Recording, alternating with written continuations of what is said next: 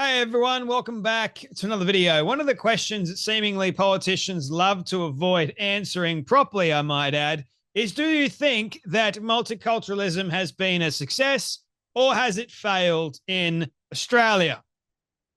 Politicians will love to gaslight the living hell out of each and every one of us and make us all believe that, hey, if you are against multiculturalism, you are the problem. But nevertheless, if I have a problem with multiculturalism, it's because I have a damn good reason. I'm not living in a high class tower gated community like our fearless leaders are that are running our country into the ground. How do you explain our going into politics with only one house and then leaving after 4 years on a $350,000 wage, I think it is? How do you explain being able to afford 7 houses, 7 multi-million-dollar houses in different parts of Australia? How do you explain that? Oh, but multiculturalism is definitely a success, ladies and gentlemen.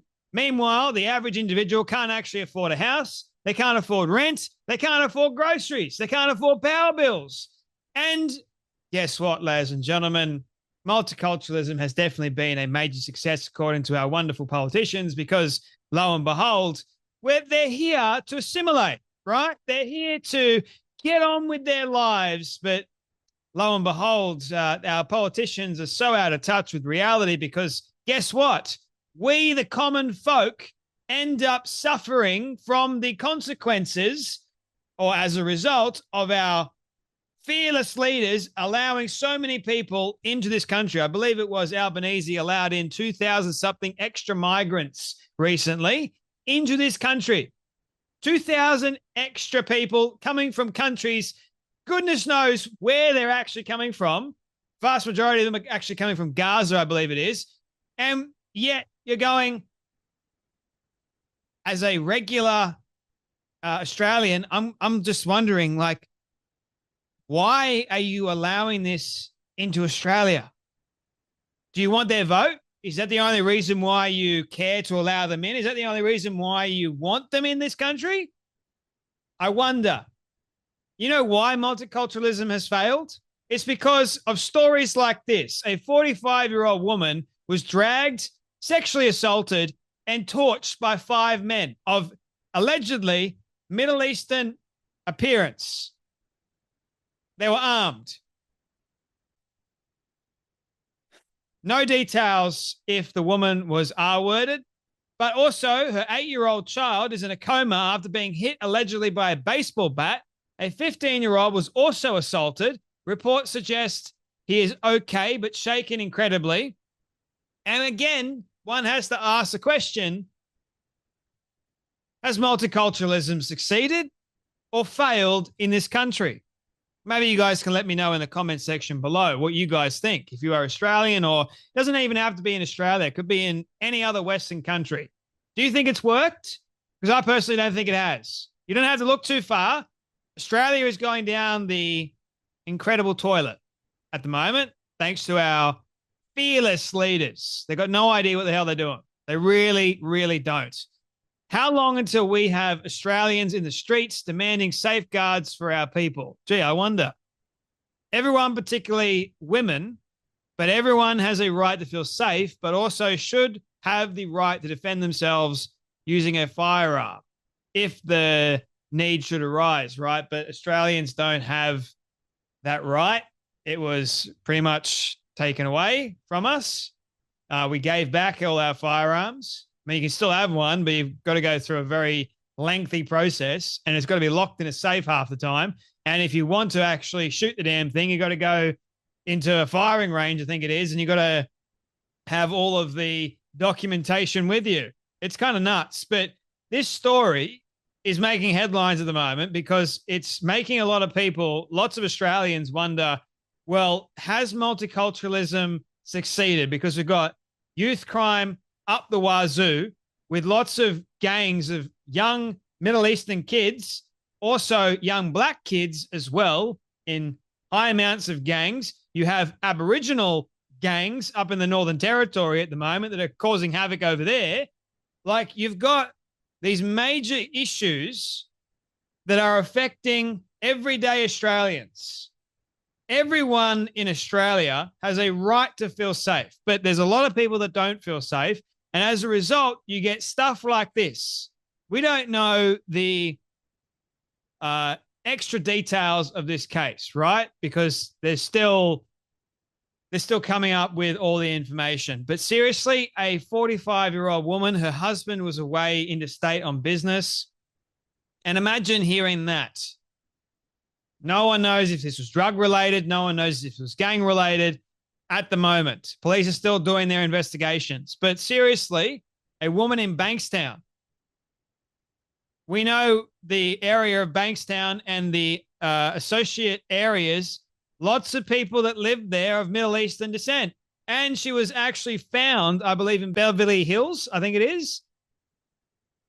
And I believe she was found in an area nowhere near Bankstown. Later on, by firefighters responding to a car fire, she was torched in the back seat. Again, the question should be asked, has multiculturalism worked in Australia?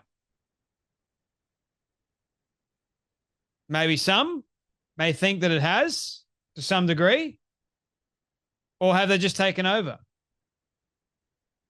Losing our Australian identity, and most Aussies that were born here, they're watching the Australia they grew up with no longer be that Australia. I'm watching it all unfold, and I'm not even that old. I'm 29 in August. And the Australia that I grew up with, I'm starting to see it just plummet. And it's all at the hands of these corrupt individuals that are leading our country down the toilet at the moment. We've got an election coming up very, very soon. I think in about a week and a half, something along those lines, in May, early May. Canada's got their election coming up very soon too. It was on the 28th. Ours is not long after that. But we've got Albanese and Peter Dutton to choose from. I'm not voting for either. Just saying. They're not my choice. I don't like either of them. I really don't. I think they're both equally corrupt. I'm much rather inclined to choose someone that is more an independent, like, or One Nation, Pauline Hanson, for example. I know many people don't even like her because she actually stands for something. At least she stands for something. And I can tell, all right, this is what she stands for. I know what Albanese stands for. Not much at all. Like, there's a journalist, I believe, or I don't even think he's a journalist, but he's somebody that was fighting for Ukraine and is now facing 15 years in jail in Russia. And Albanese's going, yeah, under the brutal regime of Russia, we will do whatever we can to help this man. And really what you're saying is you're not going to do jack shit because you can't. Russia versus Australia? Come off it. Russia would flatten us in a heartbeat. Albert Albanese talks tough. Wonder how that's going to go with actual talks with Vladimir Putin, mate. Good luck with that. Yeah? Oh, you talk a big game on the media. Meanwhile, Vladimir Putin's laughing his backside off. Seriously. That's the kind of spineless leadership that we've got to deal with. So when more information comes out about this 45-year-old woman that was tragically killed by 5 men of allegedly Middle Eastern appearance, allegedly, okay, don't want to get in trouble there, but that seems to be the main facts coming out at the moment. But I guess we'll have to wait and see, right? What's the story here? Lots of people are wanting to know. But anyway, you guys take care, be blessed, and I'll see you all in the next video.